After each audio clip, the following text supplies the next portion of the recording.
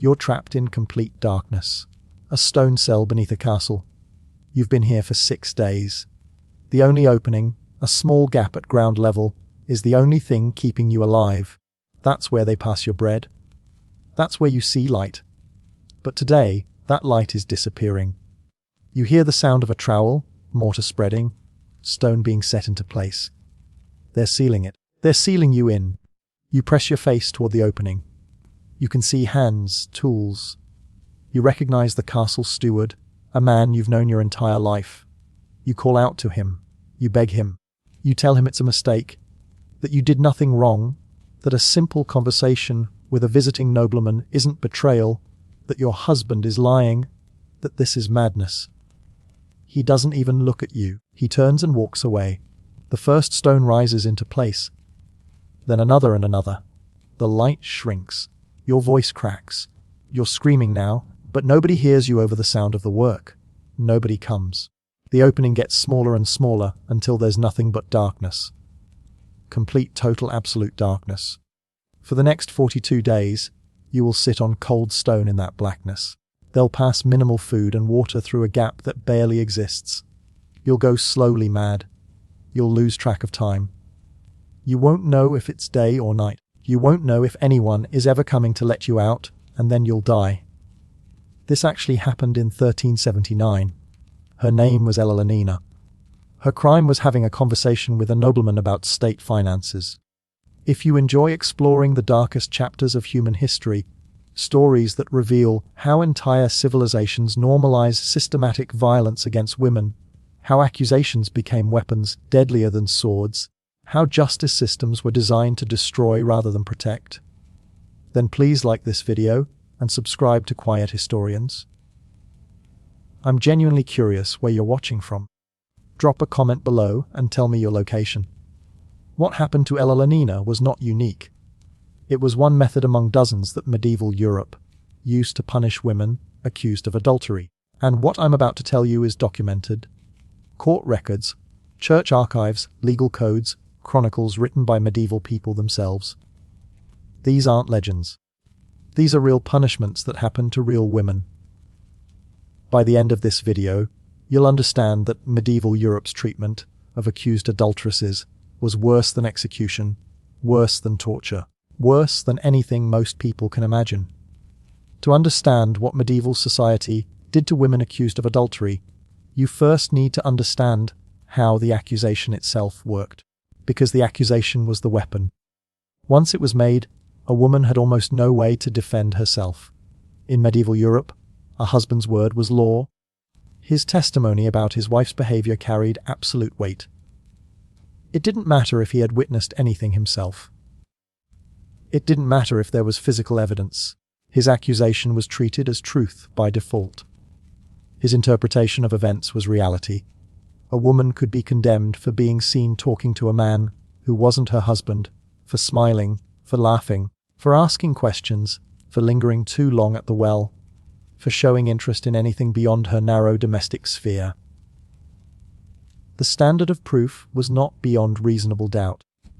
It was simply suspicion based on appearance of impropriety. And here's what made the system absolutely airtight. Women were not allowed to testify in their own defense, in cases involving moral offenses. The legal reasoning was that women were naturally deceptive, that they couldn't be trusted to tell the truth about their own behavior, that their testimony would inevitably be lies designed to escape punishment.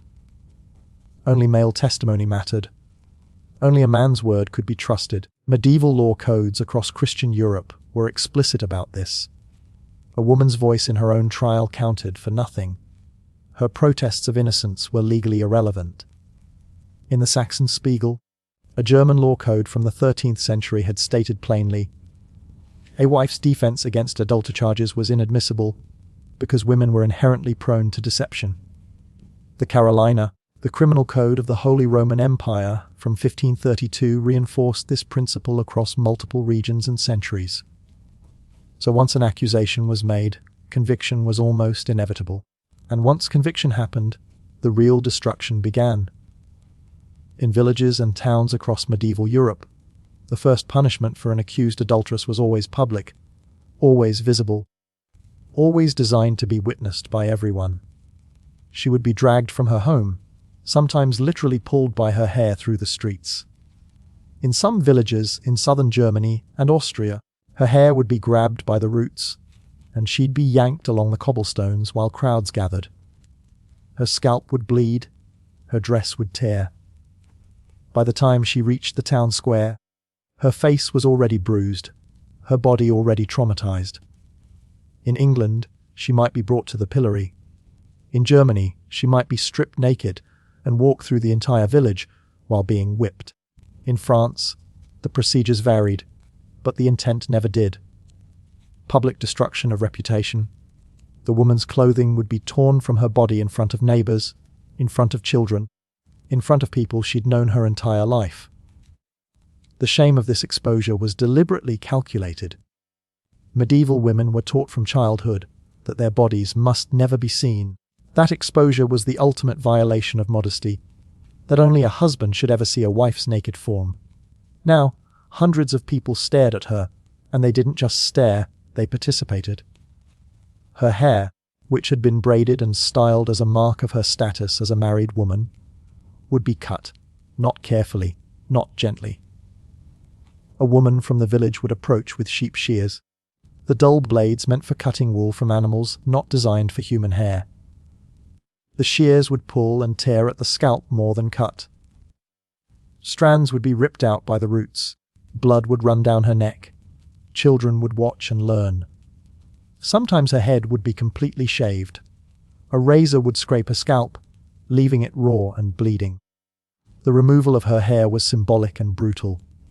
It was erasing her identity as a woman, marking her as shameful, removing the very markers of femininity that her social position depended on. Once stripped and shorn, she would be displayed.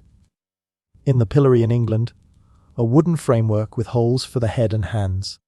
She would be locked into an extremely uncomfortable bent-over position that made breathing difficult and caused severe back and neck pain within minutes.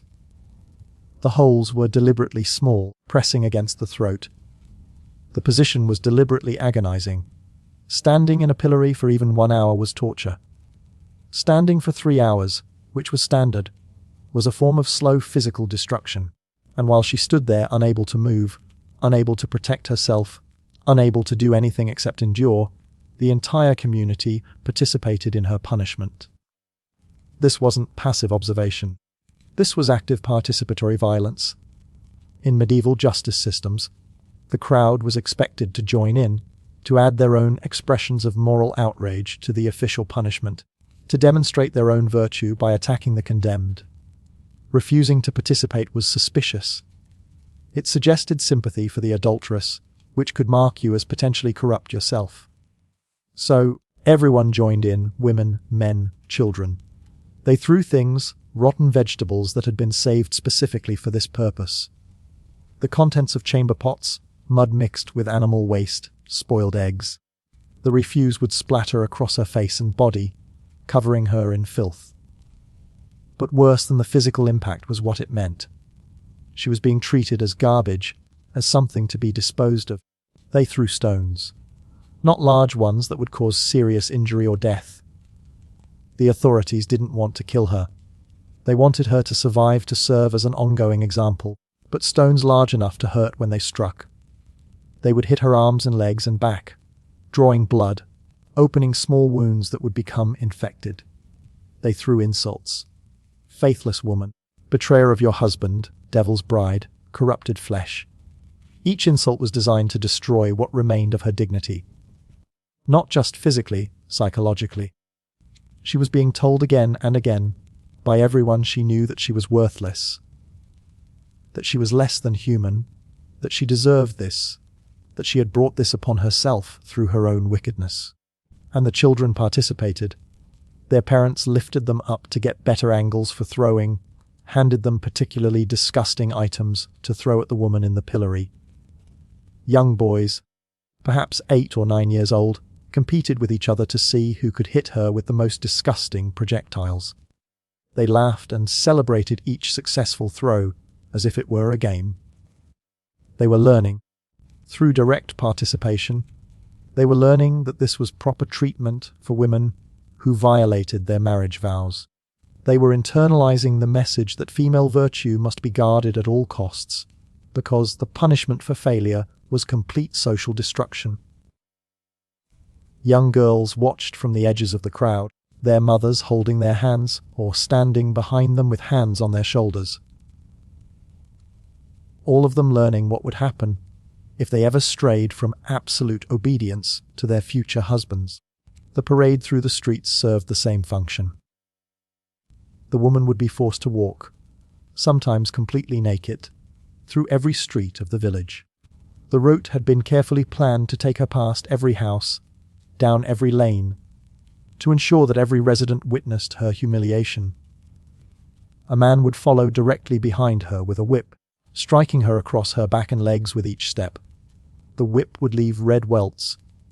After the first several strikes, it would break the skin. Blood would run down her back and legs. She would scream with each blow, unable to maintain any dignity or composure. Reduced to an animal-like state of pure suffering, the man wielding the whip showed no mercy, no variation in his rhythm, just strike after strike after strike as she stumbled forward through the village streets. But the whipping wasn't the only violence. The entire village participated, women who had known her for years, women she had worked alongside in the fields, women whose children played with her children. These women spat on her as she passed, shouted insults through things, rotten vegetables, animal waste, mud. Men threw stones, made crude jokes about her body, reduced her to an object for their amusement.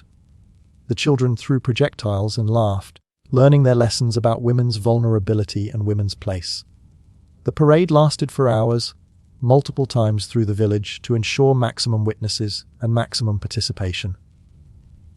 By the end, the woman was barely recognizable as a human being, her naked body covered completely in mud, blood, animal waste, and rotten vegetables, her back and legs torn open from the whipping, her feet bleeding from walking barefoot over rough ground and sharp stones, bruised from head to foot from stones, barely conscious, barely able to stand.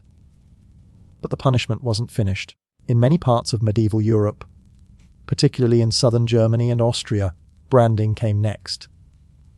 The woman would be taken before the blacksmith. An iron rod would be heated in the forge until it glowed bright red, hot enough to boil water on contact. The rod would be shaped into a letter, usually an A for adulteress, or in some regions an H for hurry, or some other mark of shame. The blacksmith would press this glowing metal against her flesh, typically on the face, the cheek, or the forehead, where everyone who saw her for the rest of her life would immediately know what she'd been convicted of. The sizzle of burning flesh would be audible across the entire square. The smell of burning skin and hair would fill the air. She would scream, a sound of such pure agony that it seemed inhuman. The blacksmith would hold the iron in place for several seconds to ensure the brand would scar permanently, would be deep enough to read easily, would mark her forever. When removed, her flesh would be charred black in the center, with red blistering skin around it. Blood mixed with clear fluid would ooze from the wound. Everyone who saw her from that moment forward would know. They would see the letter burned into her skin, and they would know immediately what she'd been convicted of. She would never be able to hide her shame. She would never be able to start over somewhere else, where people didn't know her history. The brand announced her disgrace to anyone who looked at her face. In some regions, branding wasn't enough. In medieval Germany, particularly, mutilation was standard. After the public whipping and humiliation, the woman's left ear would be cut off. Not surgically, not cleanly. The blacksmith would use a knife normally used for cutting leather and rope. He would grab her ear and saw through it while she was held down by men. The cartilage was tough. It took time. It hurt beyond description. The severed ear would be dropped to the ground, where it would be trampled by the crowd pressing forward to see better. The wound would bleed profusely. There was no anesthesia, no pain relief, just the agony of having your body mutilated in front of hundreds of people. Then her forehead would be branded, with a red-hot iron shaped like the letter H. The smell of burning flesh, the impossibly loud scream, the blacksmith holding the iron in place to ensure it was deep and permanent. These marks served a purpose beyond the immediate punishment. They were permanent reminders. They prevented escape. When the woman tried to leave her village and start over somewhere else, the brand on her face announced to everyone she encountered exactly what she had been convicted of. In some regions, the meanings of brands were standardized across territories. A for adulteress, T for thief, H for heretic. So, anyone who saw the mark knew instantly. The woman would be driven away from town after town, sometimes with threats, sometimes with actual violence. Men would throw stones at her until she fled. Magistrates would order her to leave immediately on pain of being whipped. Women would surround her and beat her with sticks, accusing her of trying to corrupt their community with her presence. In England and some parts of France, another punishment came after the branding and public humiliation: the ducking stool. The woman would be brought to the river and forced into a wooden chair attached to a long beam that worked like a lever. Her arms would be bound to the armrests, her body secured with rope. She had no ability to move or protect herself. The operator would pull the lever and she would be plunged into the water. Water that was often fed by snow-melting spring, brutally cold, sometimes just above freezing. The sudden immersion would cause her to gasp involuntarily and inhale water into her lungs. She would choke. She would struggle against her bonds. Her lungs would burn. Her vision would darken at the edges. Just as she was on the verge of losing consciousness, the operator would pull the lever again and raise her out of the water. She would break the surface, coughing and gasping, vomiting up water, her body shaking violently from the cold. But she would be given only seconds to catch her breath before being plunged under again. This would happen 20 times, 30 times, sometimes more. Each immersion counted aloud by the crowd, who chanted the numbers in unison like spectators at a grotesque sporting event. 1, 2, 3. Each time she went under, she was held there longer, the operator carefully calibrating how long he could keep her submerged without actually killing her. Walking the line between punishment and execution. By the 10th ducking, many women stopped struggling. They hung limp in the chair between immersions. By the 15th, they were no longer making any sound when they came up from the water. Their skin would be blue from cold, their breathing shallow and labored. Some in the crowd would murmur that perhaps this was enough, that perhaps they were going to kill her, that perhaps the punishment was going too far. But the operator continued, following the sentence that had been pronounced, the traditional number of duckings for an adulteress. By the final ducking, the woman appeared more dead than alive. The medical aftermath of these punishments was devastating and permanent. The infections that developed from the branding, the contamination from the river water during ducking, the wounds from whipping, these didn't heal cleanly. Medieval medicine had no understanding of bacteria or antiseptic technique. The burns would become severely infected within days. The flesh would swell massively, turning dark purple and green with streaks of red spreading outward that indicated blood poisoning.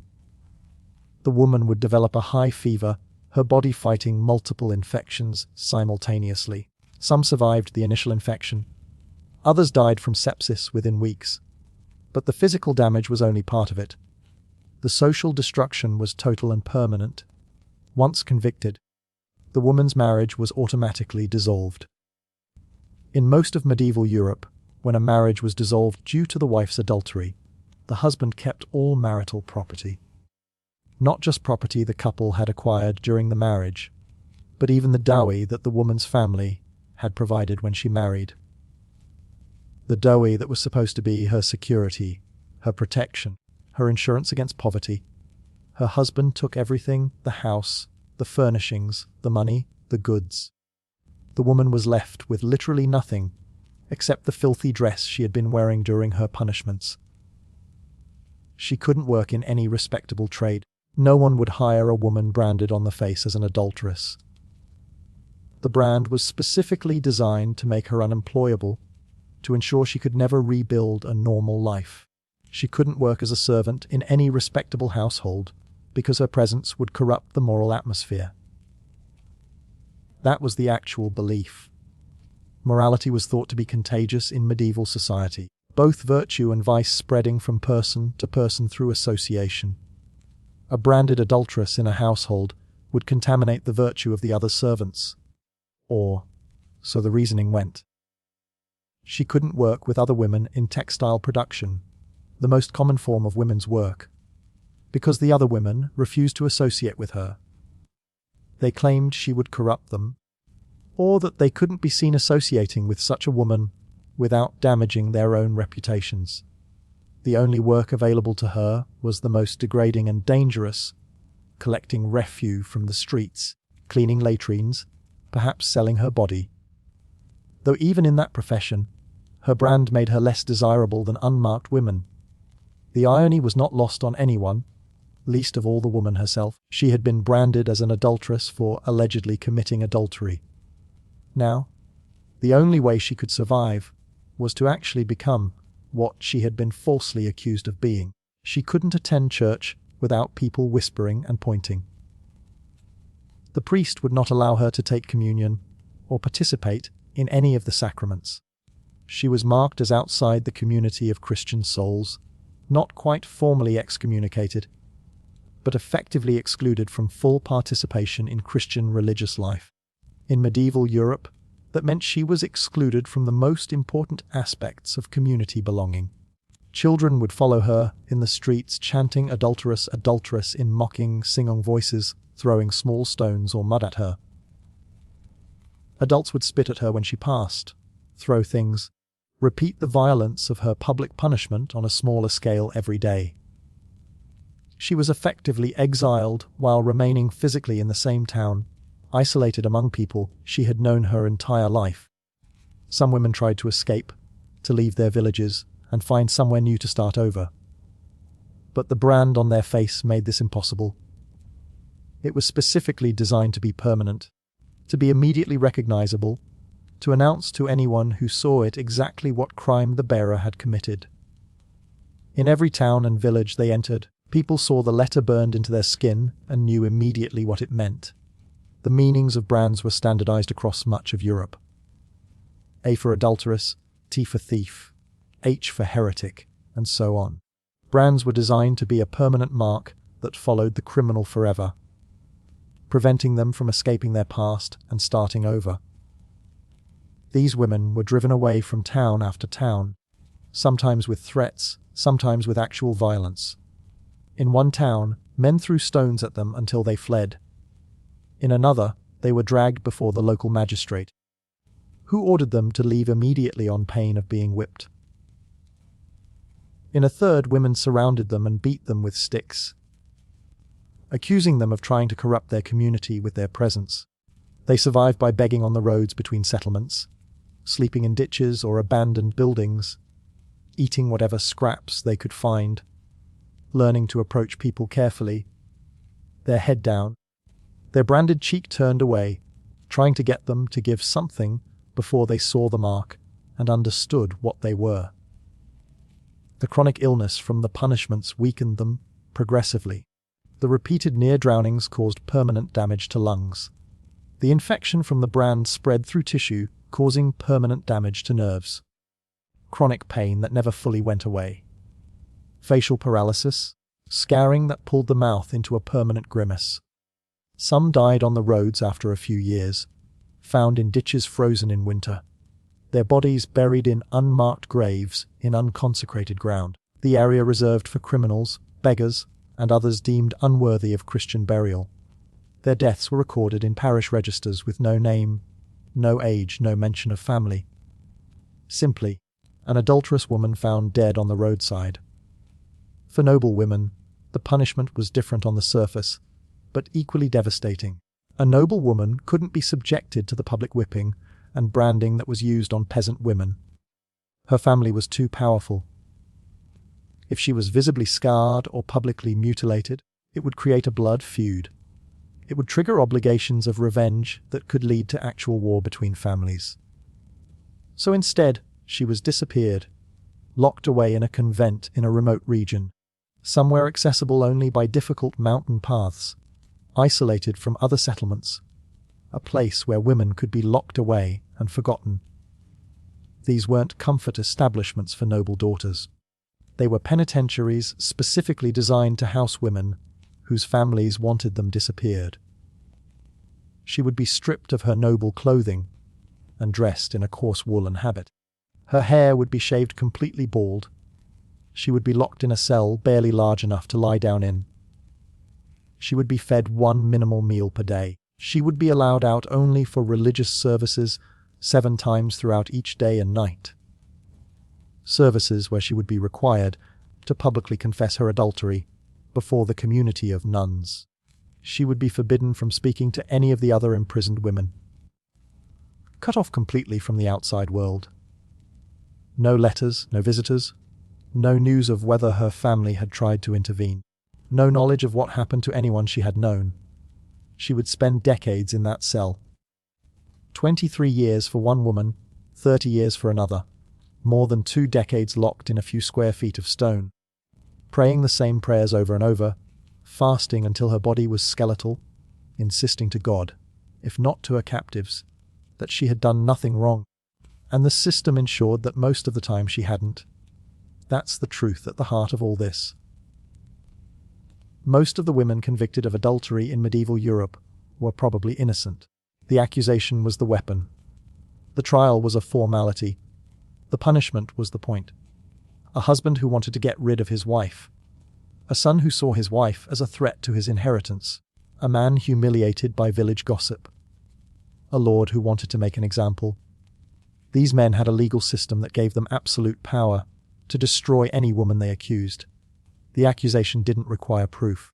It only required suspicion, and suspicion could be manufactured from almost anything.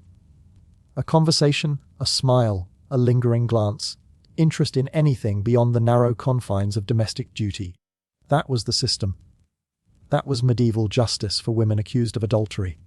Not mercy, not investigation, not justice, destruction. Complete, systematic, normalized destruction of women's bodies, women's minds, women's entire existence. Elena died in that sealed cell after 42 days. Marjorie died 2 years after her public punishment in a ditch beside a road. Her body so damaged by infection and illness that she couldn't survive. Isabella spent 23 years locked in a convent cell and died there, forgotten by everyone, including her family. Alice was mutilated and died on the roads. Her body left in a ditch to be buried in an unmarked grave. Thousands of women whose names we don't know suffered the same fates. Their stories weren't recorded. Their deaths weren't noted. They disappeared into the machinery of medieval justice, a system designed to control women through terror, to punish any deviation from perfect obedience, to make examples so brutal that other women would be paralyzed with fear at the thought of stepping out of line. The medieval buildings still stand throughout Europe. Tourists visit them every day. But in those squares, women were branded and mutilated. In those convents, women were imprisoned for decades. In those castles, women were sealed into cells and left to die. The stones, remember? Even if we have forgotten. Remember Elena. Remember Marjorie. Remember Isabella. Remember Alice. Remember all the women whose names we do not know. They were people. They suffered. They existed. And the system that destroyed them was designed by the people who built those beautiful medieval buildings that we visit as tourists. That's what I want you to understand from this. That's what I need you to remember. This was an ancient history. This was a functioning legal system. This was how justice worked. This was normalized, accepted, expected. This is what happens when societies organize themselves around absolute male authority, when women are considered property, when honor is valued more than truth or justice or human life. But I haven't told you everything yet, because the methods of destruction varied by region, by social class, by the specific cruelty a community could imagine. And the deeper you dig into the historical records, the more you realize that these punishments were not aberrations. they were systems. They were traditions that had been refined over centuries. In the Code of Hammurabi from ancient Babylon dating back to 1754 CE, the principle was already established. If a man's wife was caught lying with another man, they would both be bound and thrown into the water. The husband had the power to pardon, the king had the power to pardon his servant. But the woman almost always faced execution. That principle that the woman's punishment was mandatory and the man's was optional persisted across cultures and centuries. In medieval Vienna in the 14th century, the Badstube, the public bathhouse, was not just a place for hygiene. It was a place of public shaming. An accused adulteress would be stripped and paraded through the streets to the bathhouse where she would be forced to stand naked while the entire community filed past to look at her. The humiliation was compounded by the fact that baths were communal and intimate. She was being exposed in the very space where bodies were normally private. In 15th century Nuremberg, the punishment was documented in meticulous detail in the city's legal records. An accused adulteress would first be brought before the council. Her hair would be cut, not shaved, but cut unevenly, hacked away with dull blades. Then she would be dressed in a special dress, a mark of shame that was sewn with identifying stitches that made it impossible to remove. She would wear this dress continuously. She couldn't take it off. She would sleep in it, work in it, be seen in it by everyone. If she tried to leave the city, the dress would be recognized immediately. Even if she escaped to another town, the stitching pattern would identify her as someone who had been shamed in Nuremberg. Some women were forced to wear these shame dresses for years. Some were forced to wear them for life. In the Low Countries, what is now Belgium and the Netherlands, the punishment often involved the Rhine.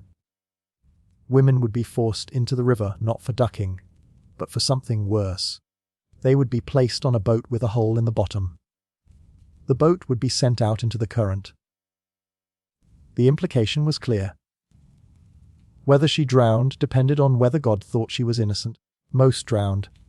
This was trial by water, trial by ordeal, a system that was supposed to reveal divine judgment, but that actually just ensured that women died. Because there was no way to pass a trial by water. There was no way to survive being put in a leaking boat. But the system gave divine sanction to what was really just execution disguised as justice. In some parts of southern France, the punishment involved the town square and a specifically constructed structure called the shame chair. A woman would be seated in this chair completely naked, elevated so that everyone could see her from every angle. She would be exposed to the elements, left there for hours in summer heat, in winter cold. Men would approach and make comments about her body. Sometimes they would touch her. The chair was designed to be immersed so she couldn't move away, couldn't protect herself, couldn't do anything but endure. In medieval England, particularly in the 13th and 14th centuries, the legal records show a practice called riding the mare. An accused adulteress would be placed backward on a horse, facing the tail, instead of the head, and the horse would be led through the village. This was designed to be deeply humiliating. The position was undignified. The message was clear. You are degraded. You're not worthy of facing forward. You're not worthy of the basic dignity of looking where you're going. Some villages modified the practice. The woman would be placed on a donkey instead of a horse, a smaller, more humiliating animal. Some regions added additional cruelty. They would place nettles on the animal's back, so that the woman would be stung and pricked as she was paraded through the streets. In the Germanic regions, particularly in what is now Bavaria and Austria, the records show something called the Frauenbad, literally the women's bath. But it wasn't a bath, it was a cage. A woman would be placed in an iron cage and lowered into a river or pond, partially submerged. She would be held there while the community gathered to watch. Some cages were designed with specific proportions that allowed the woman to breathe when standing, but not when sitting. She would have to stand the entire time to avoid drowning. When her legs gave out from exhaustion, she would have to choose, drown or give up, and let herself slip underwater.